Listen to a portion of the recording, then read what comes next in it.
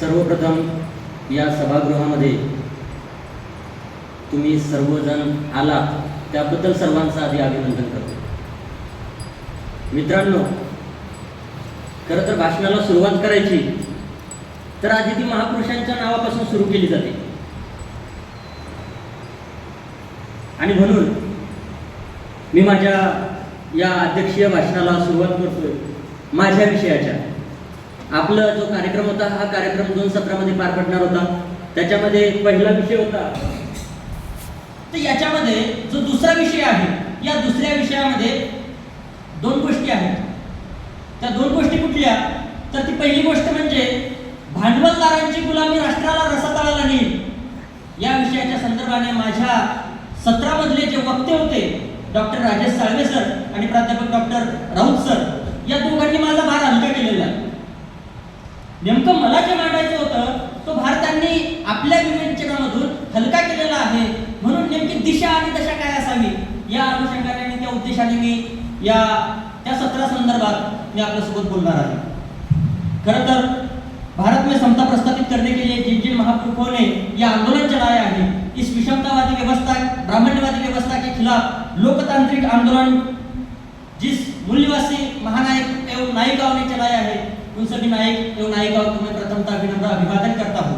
आजच्या या ठिकाणी BS4 भारतीय संविधान सन्मान सुरक्षा संवर्धन राष्ट्रव्यापी महाजनजागरण अभियानाच्या अंतर्गत मंचावर उपस्थित असलेले सर्व विचारवंत आणि इथे श्रोते म्हणून बसलेले सुद्धा सर्व विचारवंत मित्रांनो, विषय होता भांडवलदारांची गुलामी राष्ट्राला रसातळाला नेईल, मूल्यवासी बहुजनांनो एक व्हा.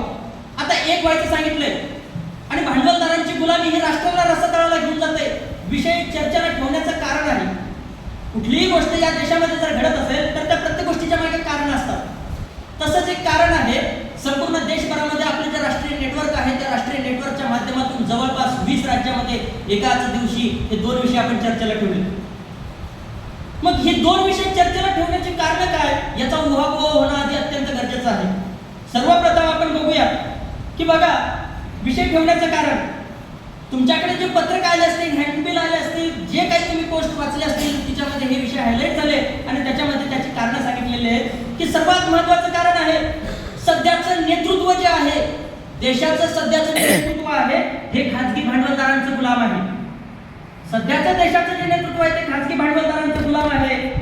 त्याची अवस्था, त्याची दिसण्याची पद्धत ही आज म्हणजे गोगलगाय आणि पोटात पाय अशी आहे. म्हणजे दिसायला ते बाह्य दृष्टिकोनातून आपल्याला दिसायला शक्तिशाली वाटतंय, सांगायला शक्तिशाली वाटतंय, परंतु अंतर्गत दृष्टिकोनातून जर पाहिलं भारताच्या नेतृत्वाकडे तर ते खाजगी भांडवलदारांचं गुलाम असल्यासारखं आपल्याला दिसते. म्हणून हा विषय चर्चेला घेतलेला आहे. दुसरं त्याचं कारण आहे की राज्य समाजवादाची आवश्यकता. भारतामध्ये राज्य समाजवाद काय आहे, राज्य समाजवादाची आवश्यकता का निर्माण झाली ही गोष्ट डॉक्टर बाबासाहेब आंबेडकरांनी त्यांच्या रायटिंग अँड स्पीचेस मध्ये खंड 1 मध्ये 408-409 पानावर लिहिलेली की आज का राज्य समाजवाद आवश्यक आहे. मला वाटतं साळवे सरांनी त्याबद्दल बोललेलं आहे आणि सवडतकर सरांनी सुद्धा त्या विषयाच्या संदर्भामध्ये, शेतीच्या संदर्भामध्ये जे मांडलंय तर ते त्यातलं आहे.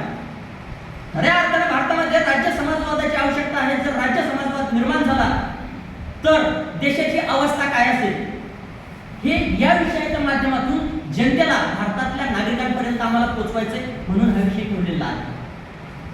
दुसरं आहे की देशाचे सूत्रे हातात घेण्यास तयार आहे. ही कारण सांगतो मी. जे सत्र आहे त्या सत्राचं कारण आहे, जो विषय आहे त्या विषयाचं कारण आहे की देशाची सूत्रे हातात घेण्यास तयार राहावे. नंतर आहे विविध समविचारी संघटनांनी एकत्रित येऊन काम करावे, समाज व राष्ट्राची रक्षा करावी आणि लोकतांत्रिक गणराज्याची सूत्रे लोकतांत्रिक पद्धतीने हातात घ्यावी. ही काही महत्वाची 4-5 कारणं होती. या विषयाच्या अनुषंगाने चर्चा या ठिकाणी झालेली आहे. बऱ्याच मान्यवरांनी या आधी त्या संदर्भामध्ये आपलं मत मांडलेलं आहे. मित्रांनो, राज्य समाजवाद बघा, राज्य समाजवादाच्या संदर्भामध्ये रात्री मला माझ्या एका मित्राचा फोन आला. 1:30 वाजता माझा मित्र JNU मधून मला फोन करतोय आणि तो सांगतोय की उद्या तुझं अध्यक्षीय भाषण आहे. मला काल रात्रीच माहिती मिळाली. पुण्यासारख्या ठिकाणी श्रीमंत कोकाटे साहेब आणि शीतल साठे वगैरे हे सर्व मंडळी त्या ठिकाणी हेच अधिवेशन त्या ठिकाणी पार पडतंय. आणि तिथल्या कार्यकर्त्यांनी ती माहिती तिथपर्यंत पोहोचवली आणि त्यांनी मला काही माहिती पाठवली. समाजवादाच्या संदर्भामध्ये बाबासाहेबांनी स्टेट अँड मायनॉरिटीज या त्यांचं जे काही हा एक खंड आहे तो जो भाग आहे त्याच्यामध्ये त्यांनी लिहून ठेवलं होतं की काही 4 कंडिशन त्यांनी सांगितलेले. बघा, कुठलाही देशामध्ये समाजवाद निर्माण करायचा असेल तर समाजवाद औद्योगिकरण आवश्यक आहे. औद्योगिकरण आवश्यक आहे, परंतु औद्योगिकरण हे राज्य समाजवादाच्या भांडवलातून निर्माण करणं आणि खाजगी भांडवलदारांच्या संपत्तीतून निर्माण करणं या 2 गोष्टी भिन्न आहेत. या 2 भिन्न विचारधारा आहेत. आमचा लढा ज्या खाजगी भांडवलदारांनी जे राज्य निर्माण केलेलं आहे त्याच्या विरोधातला आहे. आमचा लढा या देशामध्ये राज्य समाजवादातून, राज्याच्या समाजाच्या भांडवलातून इथली व्यवस्था निर्माण करण्यासाठीचा लढा आहे. आणि म्हणून हा विषय देशामध्ये चर्चेला ठेवण्यात आला. मित्रांनो, बघा, त्याच्यामध्ये काही सांगितलेलं आहे की आज आपण भारताचं संविधानाच्या संदर्भामध्ये जिकडे तिकडे सांगतो की संविधान माहिती आहे, सगळे विचारवंत आहेत, सगळ्यांना भारताचं संविधान माहिती आहे. जर सर्व देशातल्या प्रत्येक नागरिकाला भारताचं संविधान माहिती असलं तर 9 ऑगस्ट ज्या वेळेला जंतर मंतर या ठिकाणी भारताचं संविधान करायला गेलं त्यावेळेला देशामध्ये एक मोठं जनांदोलन निर्माण झालं असतं. परंतु ही एक शोकांतिका आहे की त्या पद्धतीचं ते जनांदोलन निर्माण होऊ शकलं नाही. म्हणून आम्ही अशा पोकळ हवेतल्या गप्पा मारणं बंद केलं पाहिजे. सर्वप्रथम आम्ही ह्या गप्पा मारणं बंद केलं पाहिजे की देशामध्ये भारतीय संविधानाला सगळं काही आम्हाला माहिती आहे, हे बंद केलं पाहिजे. जर भारतीय संविधानाच्या संदर्भामध्ये जर या देशामध्ये सगळ्यांना माहिती असती तर आज जनांदोलन निर्माण झालं असतं. भारतीय संविधानामधल्या घटनादुरुस्ती विधेयकाच्या माध्यमातून जे काही बदल घडवण्यात आलेले आहेत त्याच्या विरोधामध्ये आज देशामध्ये एक मोठं आंदोलन पेटलं असतं. परंतु तसं ते झालेलं नाही. आर्टिकल 16 आहे, तत्पूर्वी सांगतो, भारतीय संविधानाची उद्देशिकेने एक उद्दिष्ट ठेवलेलं आहे. तिच्यामध्ये हा समाजवादी शब्द टाकलेला आहे. समाजवादी शब्द भारतीय संविधानाच्या उद्देशिकेमध्ये आहे. उद्देशिका म्हणजे या देशाचा उद्देश स्पष्ट करणारी एक चौकट आहे. तिने देशाचा उद्देश स्पष्ट करून सांगितलेला आहे की देश कसा असेल, कसा बनवायचा, काय करायचं ते उद्देश, ध्येय ते त्या उद्देशिकेमध्ये आहे. आणि मग त्या उद्देशिकेमध्ये सांगितलंय की आम्ही भारताचे लोक आहोत, आम्हाला भारत सार्वभौम समाजवादी धर्मनिरपेक्ष लोकशाही गणराज्य घडवायचा आहे. आणि तो जो शब्द आहे समाजवादी, त्या समाजवादी शब्दाला आपण समोर घेऊन हा विषय ठेवलेला आहे. मग समाजवादी म्हणजे काय? इयत्ता 7वीचं पुस्तक आहे, नागरिक शास्त्राचं पुस्तक आहे. बघा, कुठेतरी एका विचारवंताने मला म्हटलेलं आठवत आहे की ते म्हणतात की आमच्या भारतातले जे बुद्धिवादी विचारवंत जे स्वतःला म्हणून घेतात ना, हे फक्त आणि फक्त विद्यापीठाच्या परीक्षा पास होण्यापुरते बुद्धिवादी झाले. सामाजिक शिक्षण त्यांचं झालेलं नाही अजून. जर आमचं सामाजिक शिक्षण झालेलं असतं तर या गोष्टी घडल्याच नसत्या आणि आज आम्हाला हे विषय या ठिकाणी चर्चेला घेण्याचं काम पडलं नसतं. मित्रांनो, भारतीय संविधानाची उद्देशिका समाजवादी या शब्दावर आपण बोलतोय. इयत्ता 7वीचं पुस्तक आहे. 7वीच्या पुस्तकामध्ये नागरिक शास्त्रामध्ये लिहिलेलं आहे समाजवाद म्हणजे काय. समाजवाद म्हणजे असा देश की जिथे गरीब आणि श्रीमंतीची दरी नसेल. बघा, 7वीच्या विद्यार्थ्याला समजेल अशा भाषेमध्ये लिहिलंय की समाजवाद म्हणजे असा देश की जिथे गरीब आणि श्रीमंतीची दरी नसेल. तो देश निर्माण करायचा होता. 1950 ला संविधान लागू होते आणि आज 2025 चालू आहे. काय ही दरी 1950 ला अशी जर असेल, एवढी असेल तर थोडीफार कमी व्हायला पाहिजे होती. ही जर दरी आज अत्याधिक वाढत असेल तर याचा अर्थ या देशातली जी व्यवस्था आहे, शासनाची व्यवस्था आहे, इथल्या शासक वर्गाने या देशातल्या भारतीय संविधानाला अंमलबजावणी करण्याचं काम केलेलं नाही.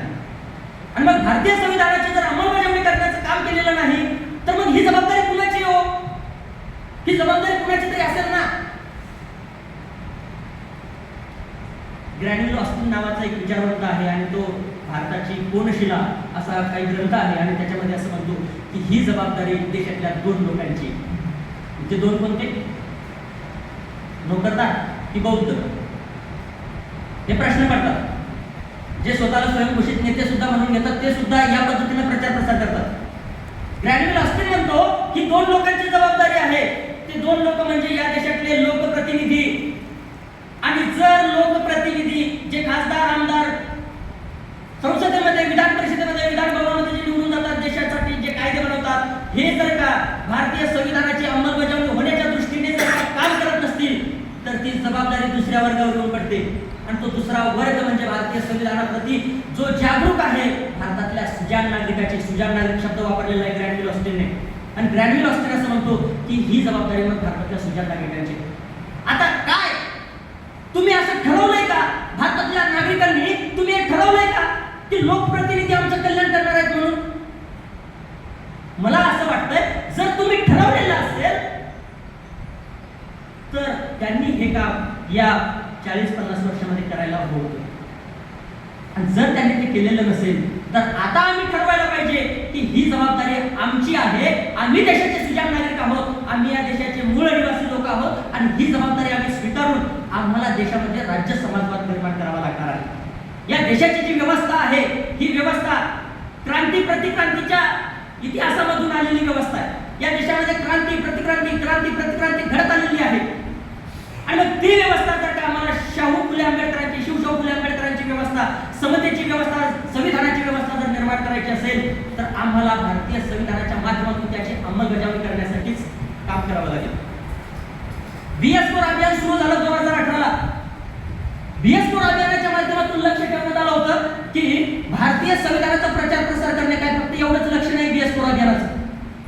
या BS4 अभियानाच्या माध्यमातून देशातल्या प्रत्येक नागरिकांपर्यंत भारताचं संविधान तर घेऊन जायचंय, पण भारताचं संविधान हे आम्हाला हक्काधिकार कशा प्रकारे मिळवून देत आहे ती व्यवस्था सुद्धा त्याला समजावून सांगायची. त्या व्यवस्थेमध्ये अंमलबजावणी करण्याच्या प्रक्रियेमध्ये त्या नागरिकाला समाविष्ट करून घेण्याचं अभियान आहे.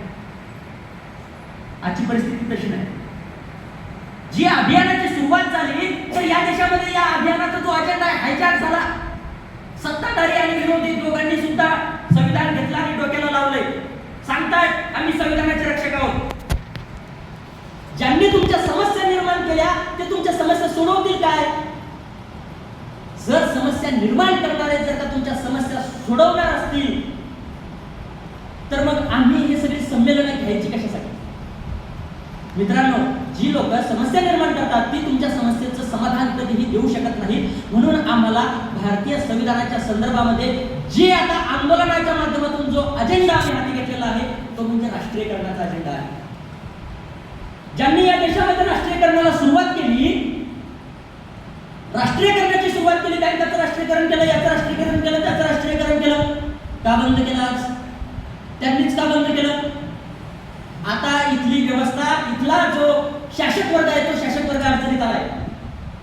आम्ही जरी भारतीय संविधानाला हातामध्ये घेतला आणि जनमानसामध्ये घेऊन गेलो, भारतीय संविधानाच्या माध्यमातून नागरिकांमध्ये एक वातावरण तयार केलं. ही वातावरण निर्मितीची प्रक्रिया BS4 अभियानाच्या माध्यमातून जरी देशभर झालेली आहे. तुम्ही लाख अजेंडे चोरा, आम्ही सांगतोय की आता राष्ट्रीयकरण करा. अजेंडा कुणालाही चोरता येतो, भारताचं संविधान डोक्याला लावून हिरो बनता येतं, परंतु भारतीय संविधानामध्ये असलेल्या तरतुदी, त्या प्रोव्हिजन्स देशातल्या नागरिकांना मिळवून देण्यासाठी त्या देशाचंच व्हावं लागतं. आणि म्हणून या देशामध्ये ही जी व्यवस्था आहे, इथली जी राजकीय व्यवस्था आहे, इथल्या राजकीय व्यवस्थेनं जरी अजेंडे चोरलेले असतील तरी ते तुम्हाला तुमचे हक्क मिळवून देण्यासाठी भारतीय संविधानाची परिपूर्णपणे अंमलबजावणी करू शकत नाही.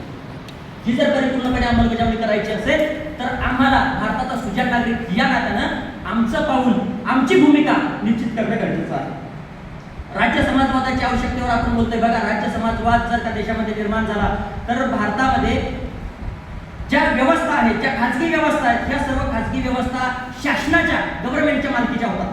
आणि मग गव्हर्नमेंटच्या मालकीच्या झाल्याच्या नंतर याच्या माध्यमातून आमचे जे SC, ST, OBC, मायनॉरिटीचे जे घटक आहेत या सर्व नागरिकांना आपले जे काही भारतीय संविधानामध्ये अंतर्भूत केलेले जे अधिकार आहेत ते अधिकार मिळायला सुरुवात होते.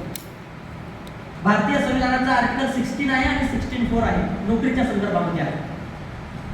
16 आणि 16(4) या 16 आणि 16(4) च्या माध्यमातून असं झालं देशामध्ये 1950 पासून ज्या नोकऱ्या व्हायला लागल्या, नोकर भरती व्हायला लागली, प्रत्येक विभागामध्ये शेड्यूल कास्टचे 15% लोक, शेड्यूल ट्राईबचे 7.5% लोक आणि OBCचे 27% उशिरानं मिळालं, ते पण मंडल आयोगाच्या माध्यमातून. तर ही OBCची 27% लोक, ही सगळी लोक प्रशासनामध्ये यायला लागली.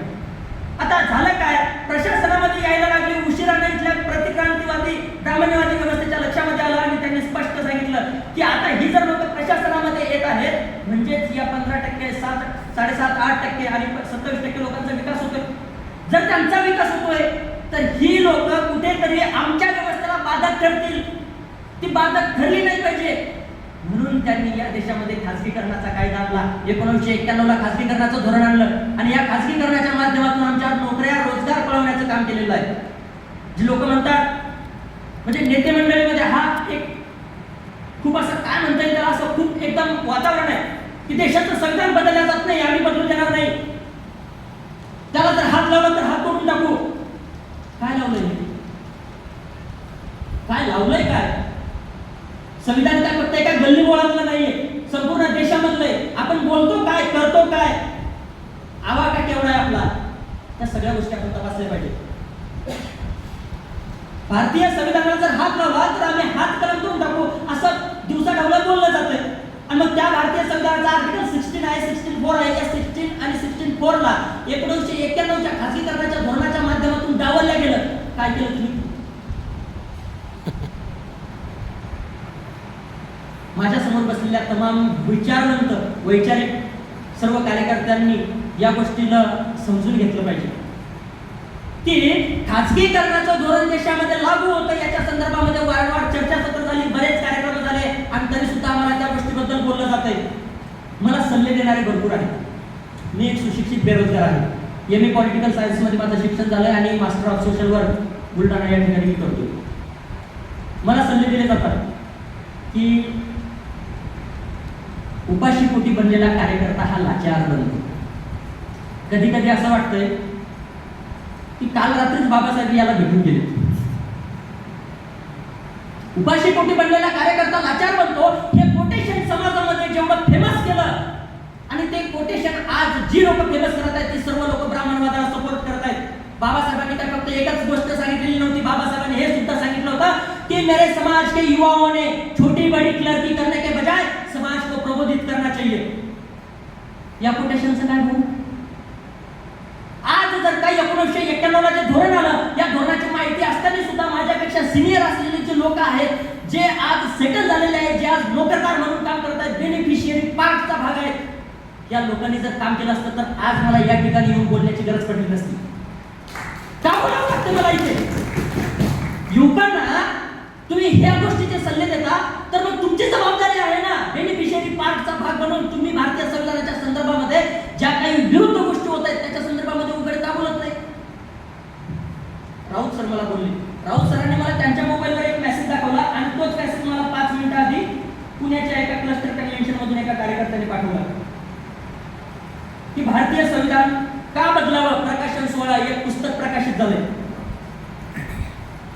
तोच मेसेज मला आला आणि याच्यामध्ये सांगितलं की भारताचं संविधान का बदलावं. अरे ही विषमतावादी ब्राह्मणवादी व्यवस्थेतली लोक लोकशाही मार्गाने त्यांचा प्रकाशन 16 घेत आहेत. कायदा काय फक्त त्यांच्यासाठी आहे? मग तुमच्यासाठी असताना सुद्धा तुम्ही का काम करत नाही हा प्रश्न का आपल्याला पडत नाही? ते जर राजरोजपणे संविधान बदललं पाहिजे याच्यासाठी जर का बोलत असतील तर आम्ही आमची व्यवस्था टिकवण्यासाठी काहीतरी धडपडलं पाहिजे. आणि म्हणून देशातल्या तमाम नागरिकांना, भारताच्या सुजाण नागरिकांना या विषयाच्या संदर्भाने बोलण्यासाठी, या विषयाच्या संदर्भाने विचारमंथन करण्यासाठी, फोनवर बोलण्यासाठी या ठिकाणी हे विषय लावण्यात आले होते. मित्रांनो, भारतातल्या वेगवेगळ्या लोकांचा, SC ST OBC लोकांचा विकास होतोय आणि हा विकासापोटी इथल्या शासक वर्गाला, ब्राह्मणवादी व्यवस्थेला एक जनांदोलन निर्माण होण्याची भीती वाटत आहे. आणि म्हणून ही लोक इथल्या व्यवस्थेतल्या काम करणाऱ्या लोकांवर दबाव आणण्याचं काम करत आहेत. नंतर आहे समाज व राष्ट्र निर्माणाची रक्षा. बघा, समाज आणि राष्ट्र निर्माणाची जर आम्हाला रक्षा करायची असेल तर आम्ही एका वेल ट्रेन व्यवस्थेतून गेलो पाहिजे. आम्ही जर का ट्रेन नसलो, आम्ही प्रशिक्षित नसलो तर आम्ही इथल्या व्यवस्थेला शह देऊ शकत नाही.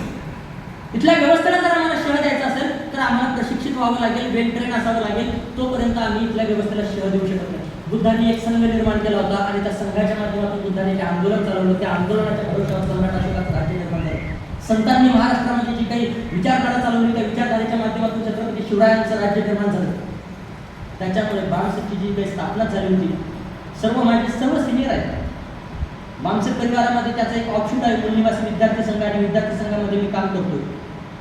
ही सर्व सिनियर लोक आहेत. पण मला तरी वाटतं की या सर्व लोकांना हे माहिती आहे की बामसेटची स्थापना फक्त एका वाक्यावर झालेली आहे, ती म्हणजे ती सामाजिक क्रांती के बगैर राजकीय क्रांती नाही होऊ शकते. सामाजिक क्रांतीशिवाय राजकीय क्रांती होत नाही. आणि आम्ही फक्त आणि फक्त राजकीय स्वप्न पाहतो. SF गंगावणे साहेब एस एफ गंगावणे साहेबांचं एक वाक्य आहे, ते भामसेचे राष्ट्रीय अध्यक्ष सुद्धा आलेले आहे, मी पुस्तकातून वाचलं. त्यांचं एक वाक्य आहे, हमारा जो समाज है इस देश का, हमारा समाज म्हणजे फक्त एका जातीपुरता नाही. भारतामध्ये जाती आहेत, समाज निर्माण झालेला नाही. हमारा समाज म्हणजे बहुजन समाज, मूल निवासी Bahujan Samaj, SC ST OBC और माइनॉरिटी, ये जो बहुजन समाज है ये हमारा समाज है. हमारा समाज जो है ये जाहिल समाज है, जहल नहीं है. क्यों जहल नहीं है? जहल और जाहिल इन दोनों में जो फर्क है वो एस.एफ. गंगावणे साहब ने अपने अध्यक्षीय भाषण में कहा था. उन्होंने कहा था कि हमारा समाज जाहिल है, जहल नहीं है. जहल और जाहिल का फर्क समझाते हुए वो कहते हैं कि देखो, जो समाज जहल समाज होता है, जहल समाज राजनीति पर अपना प्रभाव डालता है. देश में जो कि राजकीय उथल-पुथल होती है, उस राजकीय उथल-पुथल पर जहल समाज अपना प्रभुत्व डालता है, प्रभाव डालता है. और जो जाहिल समाज होता है वो देश में जो राजकीय उथल-पुथल हो रही है, जिस राजनीति की उथल-पुथल हो रही है, उससे प्रभावित होता है. हम कहाँ आ रहे? हम कहाँ आ रहे? आम्ही सुद्धा त्याच व्यवस्थेमध्ये येतोय. देशामध्ये जे काही थोडंसं राजकीय बदल असा झाला की आम्हाला वाटतं नाही आता चांगलं होईल, नाही दगडापेक्षा वीट मऊ. काय लावलंय? काय अवस्था ही? अरे आम्ही ठरवलं एकदाच, लढायचं की मरायचं, लढायचं की डायरेक्ट शरण जायचं, एकदाच ठरवून टाका. आम्हीच आम्हाला ठरवावं लागेल की आम्ही जहल बनायचं की जाहील बनायचं. आणि मग अशी जर ही व्यवस्था असेल तर या व्यवस्थेमध्ये करायचं काय हो? समाजवाद निर्माण करायचा आहे, राष्ट्र निर्माण करायचंय, हे अधिवेशन घ्यायचे, हे सगळे खर्च करायचे, ह्या सगळ्या गोष्टी करायच्या, पण नेमकं करायचं काय? प्रश्न पडलेत ना डोक्यामध्ये. कारण वामनदादांनी सुद्धा म्हटलेलं आहे, संघटना हजार झाल्या नाही ते हजार झाले, पुन्हा म्हणावे आबोले भीमा, तुझ्या मताची माणसं मिळत करेल, तू पाहिलेली स्वप्न पूर्ण झालीच करेल, म्हणजे काही म्हटलंय. तर याच्यावर सुद्धा उत्तर आहे, असं नाही की उत्तर नाही म्हणून. बुद्धांनी जो संघ निर्माण केला त्या संघामध्ये वज्जीगण होते. वज्जीगणांच्या प्रमुखाच्या संदर्भामध्ये एक उदाहरण त्या भामसेच्या एका पत्रकामध्ये प्रसिद्ध झालेलं आहे. तिच्यामध्ये असं सांगितलंय, तो संवाद आहे एका भिक्खूचा, आणि तो एक संवाद आहे. त्या संवादामध्ये असं म्हटलेलं आहे की हे वज्जी लोक का हरत नाहीत. ते भिक्खू सांगतात, हे वज्जी लोक का हरत नाहीत, कारण हे जे वज्जी गणातले जे लोक आहेत हे एकत्रित येतात. होय बनते, एकत्रित येतात. काय हे सामंजस्याने चर्चा करतात. होय बनते, ते चर्चा करतात. वज्जीगण आम्ही गणव्यवस्थेतले लोक आहोत, गणराज्याचे लोक आहोत, गणसूत्रातली आम्ही लोक आहोत, लोकतांत्रिक मूल्यातली आम्ही लोक आहोत, हे आम्ही ध्यानात घेतलं पाहिजे. ती लोक एकत्रित येतात, एकत्रित चर्चा करतात, आणि चर्चे अंती जे निष्पन्न होते, जो निष्कर्ष निघतो त्याच्यावरती लोक काम करतात. आणि म्हणून वज्जी लोकांना हरवणं कठीण झालं होतं. आज आम्ही जे सिस्टम डेव्हलप केलंय, तर ते सिस्टम फक्त आणि फक्त व्यक्तिपुरतं मर्यादित ठेवलं नाही पाहिजे. उपायाकडे येतोय, शेवटच्या टप्प्यामध्ये आहे. आम्ही उपायाकडे येतोय, आणि उपायामध्ये भारतातल्या मूलनिवासी बहुजन समाजावर जे काही सध्याची परिस्थिती बेतलेली आहे, ही परिस्थिती निवारण्यासाठी आम्ही काय केलं पाहिजे? ज्या काही सर्व समविचारी परिवर्तनवादी संघटना आहेत, त्या संघटनांनी आम्ही एकत्र येणं अत्यंत गरजेचं. मग एकत्र येऊन नेमकं करायचं काय? तर एकत्र येण्यासाठी जे कॉमन मुद्दे आहेत, त्या कॉमन मुद्द्यांना आम्ही हायलाइट केलं पाहिजे देशामध्ये.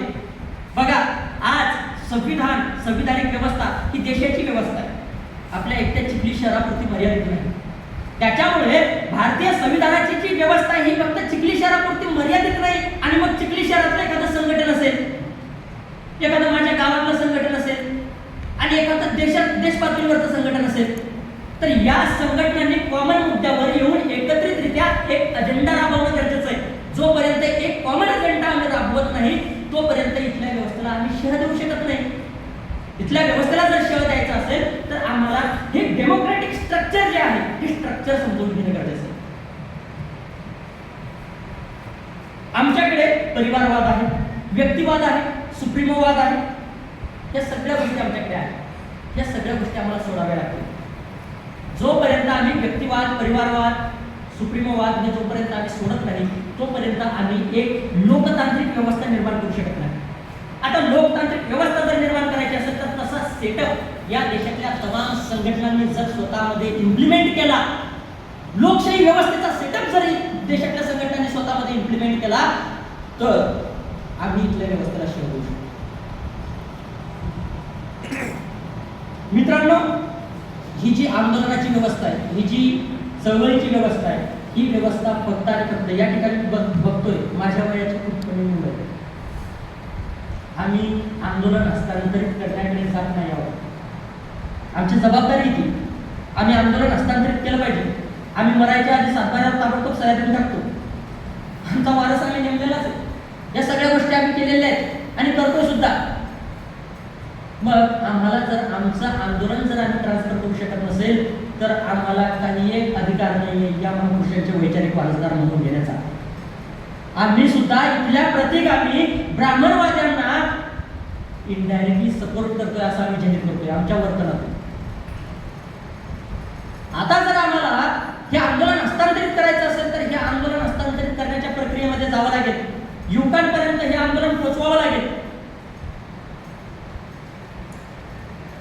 आणि म्हणून आज आम्ही बामसेटच्या माध्यमातून वेगवेगळ्या ऑफशूट विंग निर्माण करून त्याच्यामध्ये एक लोकतांत्रिक सेटअप निर्माण केलेला आहे. एक संस्थागत प्रक्रिया आम्ही निर्माण केलेली आहे. बामसेट संघटनेच्या माध्यमातून संपूर्ण देशभरामध्ये जो काही लोकतांत्रिक सेटअप आम्ही निर्माण केला त्याच्यामध्ये आज मी इथं फिरत होतो. जेव्हा नाव घेतलं तेव्हा तुम्हाला काही जणांना प्रश्न पडले असतील, हा पाणी वाटणारा इकडे तिकडे येणारा कसा काही घडाय तिथं आला. हा लोकतांत्रिक सेटअपचा एक भाग आहे. प्रोटोकॉल नुसार जरी मी या मागच्या सत्राचा जरी अध्यक्ष असतो, हे माझे सर्व सिनियर मंडळी आहेत आणि आज माझ्याकडे अध्यक्षता करण्याची जबाबदारी येते. हे लोकतांत्रिक सिस्टम्स आहे. लीडरशिप ही निर्माण करावी लागते. लीडरशिप बाहेरच्या फोटोगिरीतून भाईगिरीतून लीडरशिप निर्माण होत नाही. लीडरशिप निर्माण करण्यासाठी तुम्हाला केडर व्हावं लागेल. जोपर्यंत तुमच्या मधून केडर बेस्ट केडर निर्माण होत नाही तोपर्यंत तुमचा लीडर निर्माण होत नाही. आणि बामसेटची काही लोकतांत्रिक सिस्टम निर्माण केली त्या सिस्टमचा एक भाग मी याच महाविद्यालयामध्ये, म्हणजे मला सांगायला अभिमान वाटेल की याच महाविद्यालयामध्ये मी बामसेट संघटनेशी जुडलो होतो. बामसेट हे कर्मचारी अधिकाऱ्यांचं संघटन आहे. मी बामसेटचा कार्यकर्ता नाहीये. कर्मचारी अधिकाऱ्यांचं जे संघटन आहे या संघटनेशी मी याच महाविद्यालयामधून जुडलो आणि आज त्या बामसेट संघटनेच्या एका ऑफशूट विंगचा राष्ट्रीय कोषाध्यक्ष. इथपर्यंतची मी जी माझा प्रवास आहे हा लोकतांत्रिक पद्धतीतून आलेला आहे. मी कुठलेही फोटो लावलेले नाही, कुठलेही काही केलेलं नाही, परंतु देशामध्ये जे ऑब्जेक्ट बाबासाहेबांनी ठेवले, जे ऑब्जेक्ट फुलेंनी ठेवले, जे ऑब्जेक्ट या देशातल्या तमाम मूलनिवासी बहुजन महापुरुषांनी ठेवले, ते ऑब्जेक्ट तो उद्देश पूर्ण करण्यासाठी एका विशिष्ट पर्टिक्युलर मार्गाने आम्हाला जावं लागेल आणि तो मार्ग अवलंबल्याशिवाय मी हे काम करतो, मी ते काम करतो ते करून जमणार नाही. मित्रांनो, इथे पैनगंगा नदी लागते. एक छोटंसं उदाहरण आहे. पैनगंगा नदी लागते आणि त्या पैनगंगा नदीवरून रस्ता तुम्हाला पार करायचा, तिथे पूल गिल काहीच नाही. आता या ठिकाणी काही 10-12 जण ही वरची जी मंडळी बसलेली या मंडळीने तिथं पूल बनवायचं ठरवलं.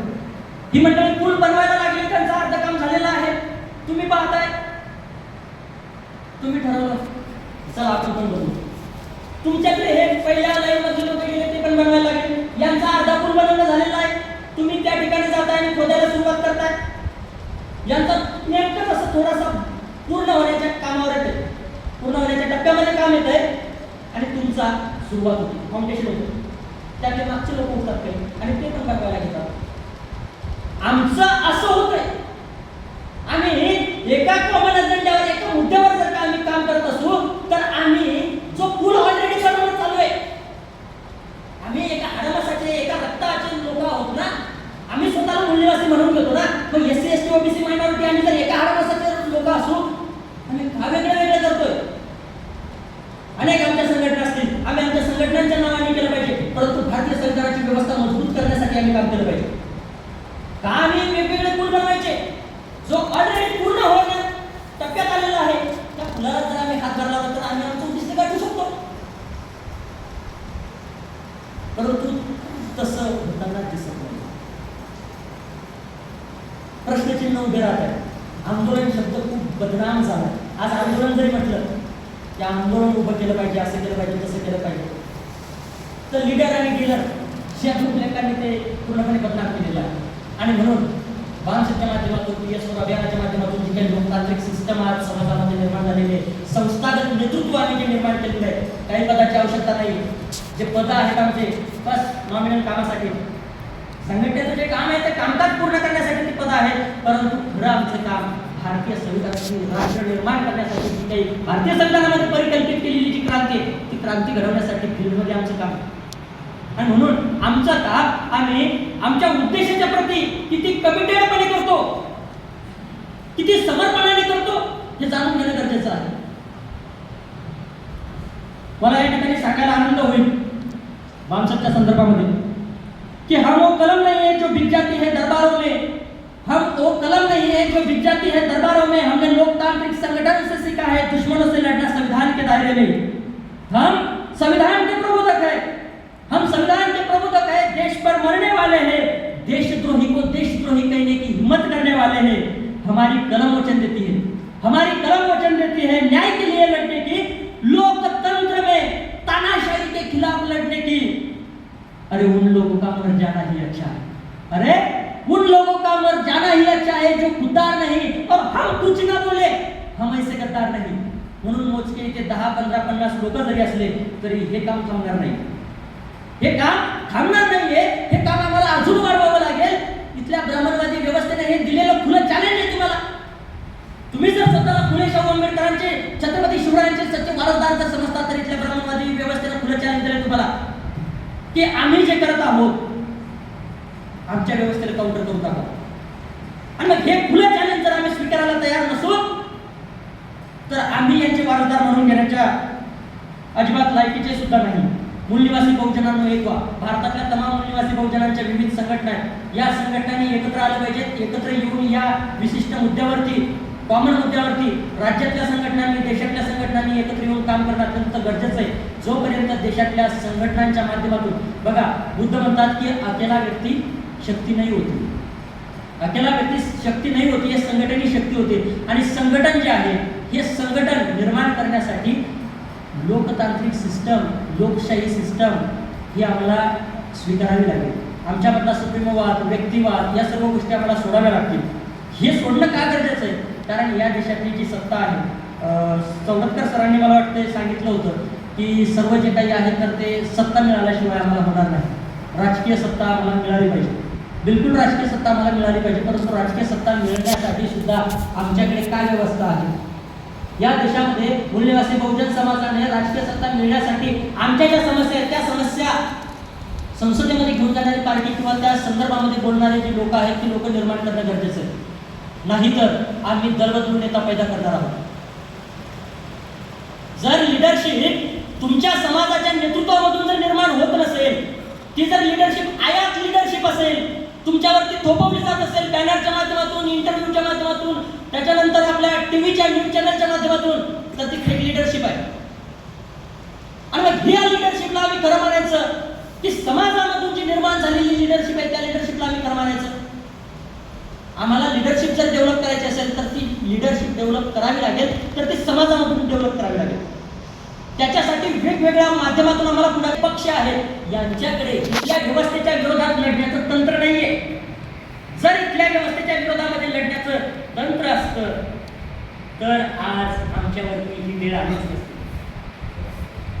प्रवीणदादा गायकवाड यांच्यावरती हल्ला झाला आणि त्यांनी त्यांच्या इंटरव्ह्यूमध्ये सांगितलं की मराठा सेवा संघ, संभाजी ब्रिगेड, बामसेट सारख्या संघटनांच्या कार्यकर्त्यांना धोका आहे. का धोका आहे? इथं बामसेटच्या काम करणारे हे जे 2-4 लोक आहेत आणि ते गवई सर आणि हे आम्ही त्या ड्रेसमध्ये दोघं जण, 2 लोकांच्या संघटनेचा काय धोका असू शकतो इथल्या विषमतावादी व्यवस्थेला, ब्राह्मणवादी व्यवस्थेला? मित्रांनो, हे जे आंदोलन आहे, ही जी चळवळ आहे, ही चळवळ पुस्तकाच्या, बुद्धीच्या जोरावर निर्माण करण्याची चळवळ आहे. याच्या माध्यमातून लढलं जाणारं हे युद्ध आहे. आणि हे युद्ध जर आम्हाला जिंकायचं असेल तर ते आम्हाला याच्याच माध्यमातून आम्ही जिंकू शकतो. आम्ही हे युद्ध जिंकण्यासाठी वेगवेगळे सेटअप आम्ही अंगीकारले पाहिजे. बघा, नैतिक मूल्य एवं संस्थागत नेतृत्व की आवश्यकता खूप दिवसांपूर्वी हे प्रकाशित झालेलं. काय आवश्यकता आहे आम्हाला याची? याची आवश्यकता याच्यासाठी आहे की ज्याच्यासाठी तुम्ही हे सगळे कार्यक्रम करत आहात, हे सर्व जे करत आहात ना, तर त्यासाठी याची आवश्यकता आहे. आमच्या मूलनिवासी बहुजन समाजातल्या ज्या काही सर्व संघटना आहेत त्या सर्व संघटनांनी एकत्र होणं अत्यंत गरजेचं आहे. काय एकत्र होणं अत्यंत गरजेचं आहे? साथियों, जब सत्ता की हनक होती है तो सत्ता हमेशा अपने बट और घुटनों पर आवाजों को कुचलने का काम करती है. साथियों, जब सत्ता की हड़प होती है तो सत्ता हमेशा अपने बट और घुटनों पर आवाजों को कुचलने का काम करती है। हनक सत्ता की सच सुनने की आदत बेच देती है। हनक सत्ता की सच सुनने की आदत बेच देती है। हया और शर्म अब सब कुछ सियासत बेच देती है। निकम्मेपन की बेशर्मी अगर आंखों पर चढ़ जाए, निकम्मेपन की बेशर्मी अगर आंखों पर चढ़ जाए तो फिर औलाद पुरखों की विरासत बेच देती है, पुरखों की विरासत बेच देती है। आणि आम्ही आमच्या मूल निवासी बहुजन महापुरुषांची जी काही आमच्या जे हमारे पुरखे जिन्हें हम कहते हैं, यांनी जी काही विरासत आमच्यासाठी निर्माण करून ठेवलेली आहे, ही विरासत आम्ही कदापि विकल्या जाऊ देणार नाही। हा देश आमचा आहे, हा भांडवलदाराच्या घशामध्ये जाऊन या देशाला विकल्या जाऊ देणार नाही। या ठिकाणी मी ते बोलतो आणि भांडवलदारांची गुलामी राष्ट्राला रसातळाला नेईल, मूल निवासी बहुजनांमध्ये एक व्हा, या संदर्भामध्ये आदरणीय राऊत सर आणि डॉक्टर साळवे सर यांनी या विषयाला भांडवलदारांची गुलामी कशा प्रकारे भांडवलदारांची गुलामी देशाला कसं नेस्तनाबूत करत आहे याच्यावरती प्रकाश टाकलेला आहे। मी त्यांचं थोडंसं पुढचं जे होतं मूल निवासी बहुजनांमध्ये एक व्हा या विषयाच्या संदर्भामध्ये बोलतो। या संदर्भामध्ये आपण सर्वांनी विचार विनिमय करायला हवा आणि बाबासाहेबांनी सांगितलं होतं की रायटिंग अँड स्पीचेसमध्ये भाग 1 मध्ये सांगितलेलं आहे की भारतामध्ये तीव्र औद्योगिकरणासाठी राज्य समाजवाद आवश्यक आहे। खासगी उद्योग असं करू शकत नाही। देशामध्ये जे काही खासगी उद्योग निर्माण झालेले आहेत ते लोक असं करू शकणार नाही आणि जर ते हे करतील तर देशामध्ये आर्थिक असमानता निर्माण होईल, जशी युरोपामध्ये झाली। त्यावेळेला युरोपामध्ये जी काही आर्थिक असमानता निर्माण झाली होती तर ही एक चेतावणी बाबासाहेबांनी त्यावेळेला दिलेली, तीच गोष्ट आज आमच्या ठिकाणी घडत आहे।